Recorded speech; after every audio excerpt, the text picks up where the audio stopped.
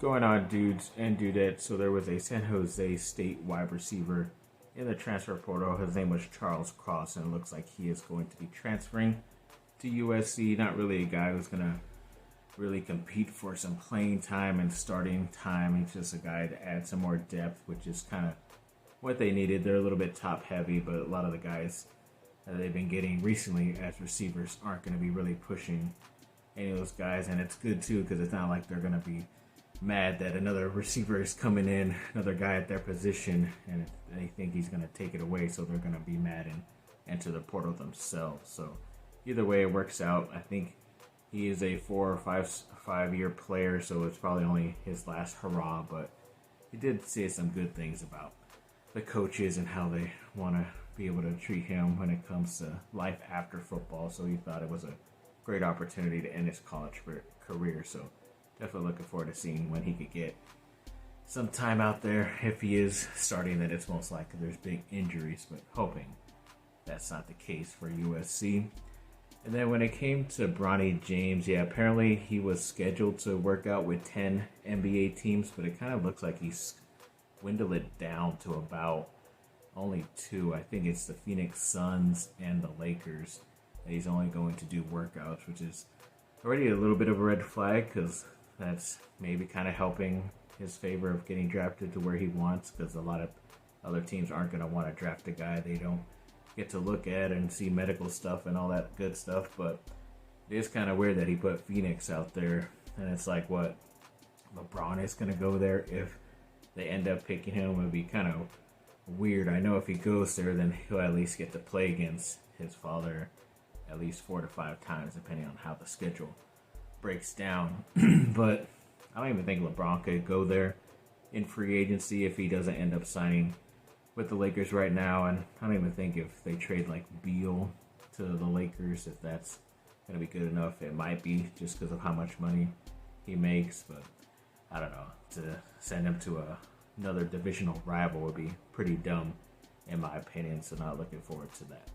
So apparently, ever since USC hired head coach Lincoln Riley a couple years ago, he's been trying, and the school has been trying, to reschedule or change out the game that's going to be happening to begin this season against LSU in Las Vegas. Because I don't know if it was some comments he made, if they had asked him if he was going to go take the head coaching job there after he had lost to Oklahoma State back then, and then a couple hours later, after he said no, he wasn't, then he comes and signs with USC.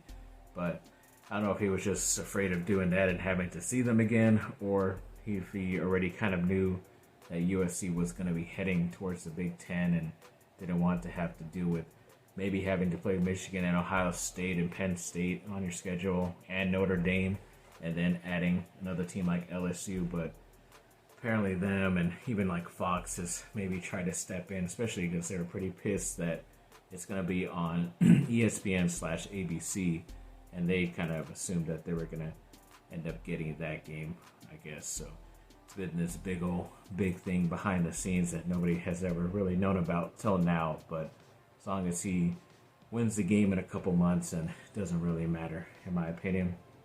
A couple of very talented 5-star players in that 2025 class. The 5-star corner Dorian Brew and the 5-star safety / linebacker Jonah Williams said that 3 schools have been recruiting them very hard. The 3 are different, but one team remains the same in the top 3 that they put in the picture, and that is USC. So I'm definitely very happy about that.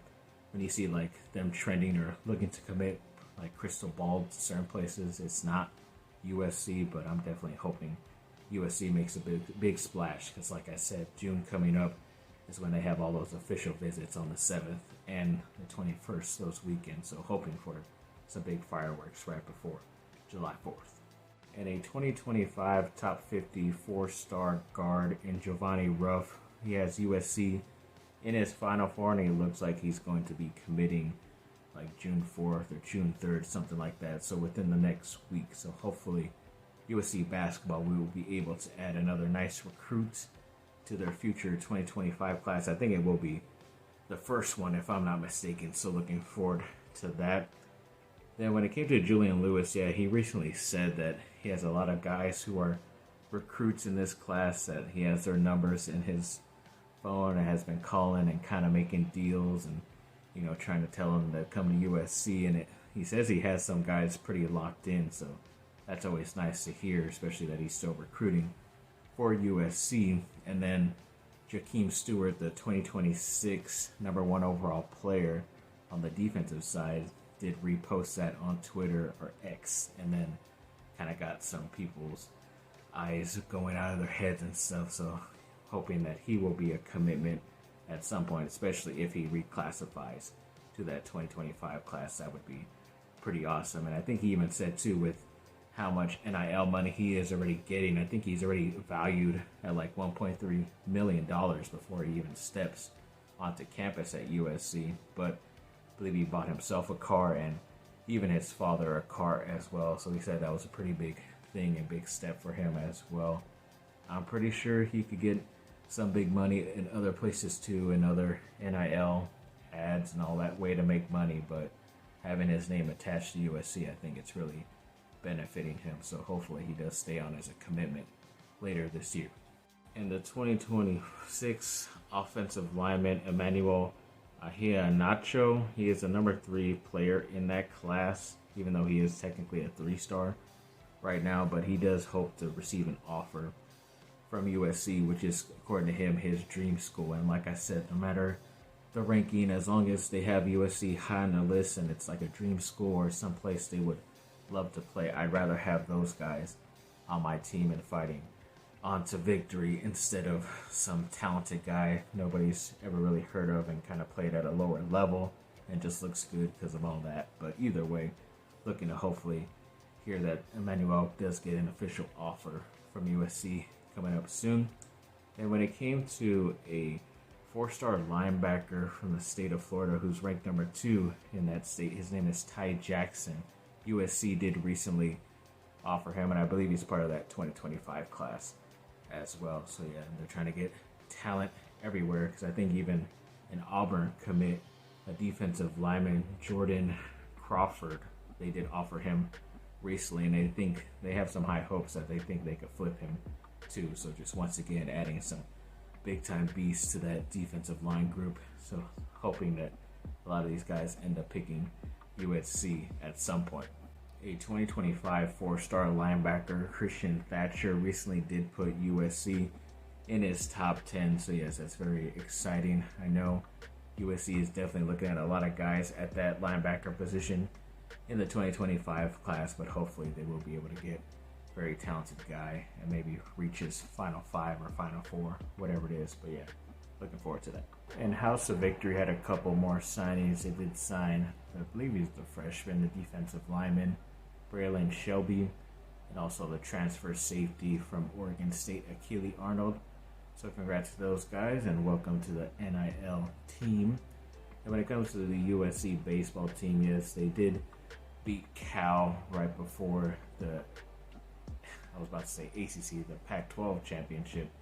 That was good to see. I think they beat them 7-4. Yeah, that was nice. And they advanced to the finals, but sadly lost to Arizona 3-4. And during the whole season, that was not enough to get them into the NCAA tournament, which sucked. But 4 guys did earn all Pac-12 tournament honors. I believe he's the pitcher, Caden Aoki. Then there was Ryan Jackson, Braden Dowd, and Kevin Takakuchi. Hopefully I'm saying that correct. But yeah, I totally forgot too that they're getting renovations done on their baseball field, so they never got to play or even practice at all at USC, and they just had a good enough record to even do what they were able to get during this season. And then they almost won the whole thing, because obviously if they won the Pac-12, then they would have been in automatically. But yeah, it felt like last year they got snubbed and barely missed out on the tournament, and then this year, once again, they sadly don't and get the crap end of the stick, as they say. But hoping for the best for this team. I know it's a lot of talented guys, and hopefully some more talented reinforcements come in over the next couple of years. And basketball had a couple more official signings happening. There was the guard Bryce Pope, and you had the forward Jalen Shelley, and another forward in Rashawn Agee.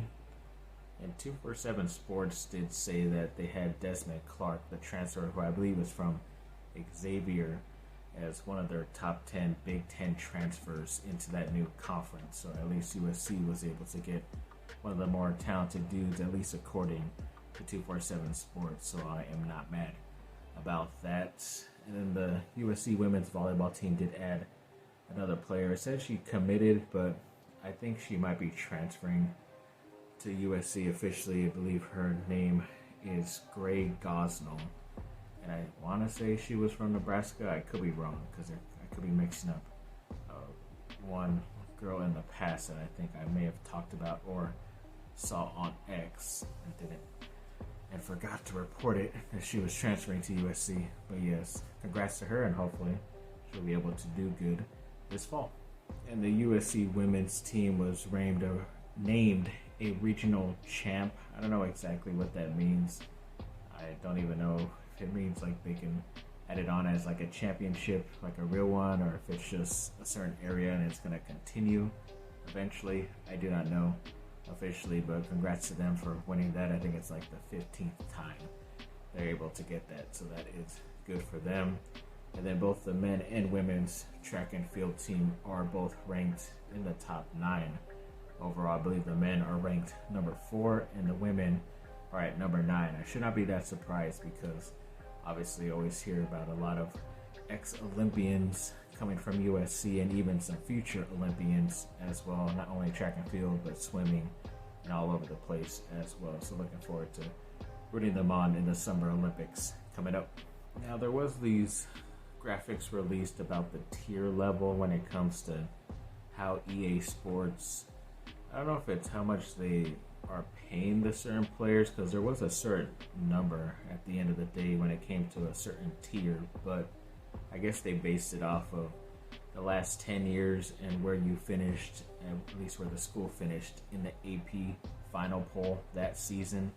And I guess USC in that amount of time was at least in the second tier, so they're not tier 1, but they're in the second tier, so that's not too shabby. Even Duke is ranked in the 4th tier. But when it comes to like money wise, next to some of those things, it said tier 2 was like a 59,925 and tier 4 was a 9,987. So I'm pretty sure the players aren't getting that much to be played that. I don't know if this number is a collection of how many players from those different tiers signed on to be able to put their name in officially, and so they could play as themselves in the game compared to other people. But it's kind of like, why have the tiers unless you're going to be paying them less, pretty much, unless they're just going to keep this thing. So if you do pay them less, then if your team does good and finishes good in the AP poll, then you have a chance to move up and earn a little bit more. But it's not that surprising that a lot of the lower level guys didn't bother to accept it, because why, other than to get a free copy of the game, but you're not going to really be compensated for it as much in the end. So I thought that was pretty interesting and surprising to look at. I'll probably try to get some more information about that if something does end up coming up more official about that. And then I want to end this video off with price picks and how I did pretty recently over the weekend, pretty much right before the weekend I think it was. I was able to win big and got like a 500 win there because I got 6 correct. I was sweating it out on one of those final, over unders. I think it was like Luka and Rudy Gobert. I had to get them under 20.5 rebounds, and I think they got right at 20. I thought from my calculation before the game ended they were at 19, but I guess they were one more closer, but luckily they did not get one more, so that was good to see. And then even the next day I was able to turn that $5 into, was it 5 or 10 into 20, so that was an okay win. Just missed out on one there, sadly. And then ever since then, of course, just barely winning, only getting like about 3 to 4 correct on those over-unders and only winning a couple bucks here and there. So that's obviously how this game works. Maybe they just know exactly who I'm picking, and then they just say, yeah, we gotta make sure this guy doesn't get any more money. So yeah, it's pretty interesting, but obviously just using the money I did not go and add any more. So yes, this $20 has lasted me quite a bit that I had added like months ago, almost a year ago. So that's pretty good in my opinion. Thanks for watching, people. Like and subscribe, comment down below. Let me know what y'all think. Have a great rest of your day. Bye. If I don't